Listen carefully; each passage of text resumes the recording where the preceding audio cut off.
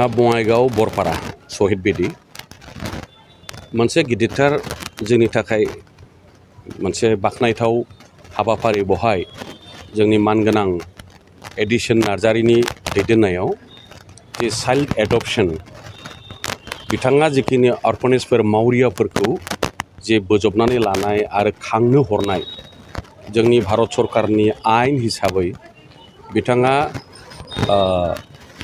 2007 मायथाइ 2007 निफ्राय खैला मैलायाव बिथाङा जागायजेननायनिफ्राय बिराद मोजाङै सामलायगासिनो दङ।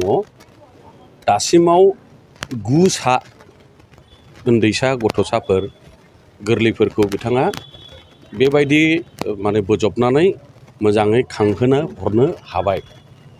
दा बे हिसाबै बिथांनि जि रेपुटेसन पारफरमेन्स बिथांनि जि नाम आरो रोंगौथि एक्सपिरियेन्स बेजों दा बङाइगाव डिस्ट्रिक्टनिखौ गोबां NGOफ्रा बहाय बाहागो लादोंमोन बे बङाइगाव डिस्ट्रिक्टनिखौबो सामलायनो थाखाय। नाथाय जिल्ला एडमिनिस्ट्रेसन आरो गभर्नमेन्टआ बिथांनि मोजां खामानि हाबानि सायाव गोजोननाय मोननानै दिनैहाय सारा बङाइगाव जिल्लानि दायथ'खौबो बिथांनो होबाय आरो बे बङाइगाव जिल्लानि बिबानखौ मोनग्रोमोनै दिनै नैबे जायगायाव बरपारायाव बे अफिसजों लोगोसे थाग्रा आरो बिसिनि गासैबो केयारिं मोनानिबो नङा होमबा डे नाइट केयार खालामनो थाखाय बहाय मोनसे मोजां बिल्डिं दिनैहाय अफिस हिसाबै लाबाय आरो बेखौ बेखेवनाय हाबाफारियाव आंखौबो लेंहरनायखाय आंबो खाफाल गोनां आंबो सफैदों बहाय। आं मिजिंथिबाय जे बिथांनि जि मोनसे रोंगौथि आरो बङाइगाव डिस्ट्रिक्ट एडमिनिस्ट्रेसन आरो बिथांनि जिखिनि लोगोफोर जायफोर दंफायो जोंहा फरेस्वर भाइमोन गासै आरो सोर स्टाफ हिसाबै जायफोर दङ बिथांमोनहा बहाय जाफुंसार होनो हागोन आंहा मिजिंथिबाय। आरो चिरां जिल्लानिफ्राय बङाइगाव जिल्लायाव बाहागो लाफैनो हानाया जोंनि थाखायबो मोनसे बाख्नायथाव आरो देरगाथाव होननानै आं सानो। जोङो सम जोङो नुबाय थायो कि बिमा बिफाया गावनि गथ'खौ जोनोम होनानै आलाय सिलाय बबेबा जायगायाव गारनानै गालांनायखौ जों नुनो मोनो।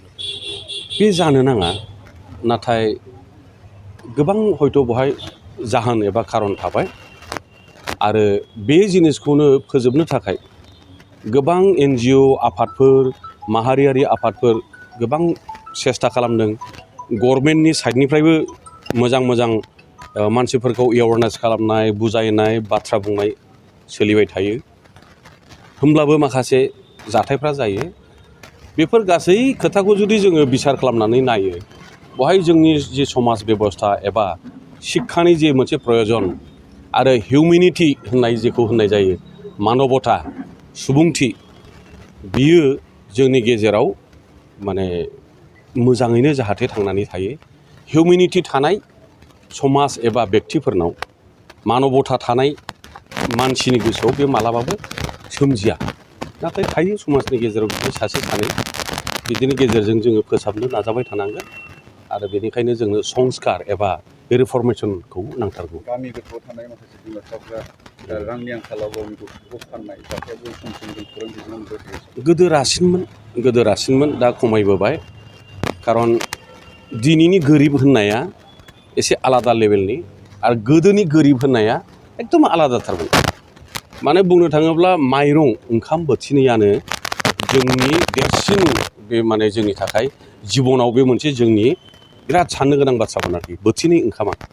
खिन्थु दिनै फैयै फैयै ओंखामनि बांद्राय क्राइसिस एबा आंखाल गैद्रायला, नाथाय होमब्लाबो बिभिन्न आंखाल थायो आरो बे गोसोनि सायावबो जायो। नोंखौ माबायदि लुबैयो, मानसिनि गोसोआथ' नेभार एन्डिं, लुबैनायाथ' जोबनाय गैया होनना बुंदों। दा गतिके नोंखौ मोनसे लेभेलाव नोङो कन्ट्रल एबा नों गावखौनो संजम खालामनांगोन। नोंनि केपासिटि, नोंनि कन्डिसन, नोंनि अबस्था, नोंनि हानाय बेजों मिलायनानै नोंनि आगानाबो थांनांगौ। दा नोंनि सोलिनाय नोंनि जि केपासिटि बे जुदि मिसमेच जायोबा मिलायाब्ला बहाय अराजक जायो। ओंखायनो बायदिसिना घटनाफ्रा जायो। ओंखायनो सब समाय जेब्लायबो गावनि हानायजों मिलायनानै गावनि केपासिटिखौ बा गावनि आगानखौ होनांगौ। Thank you.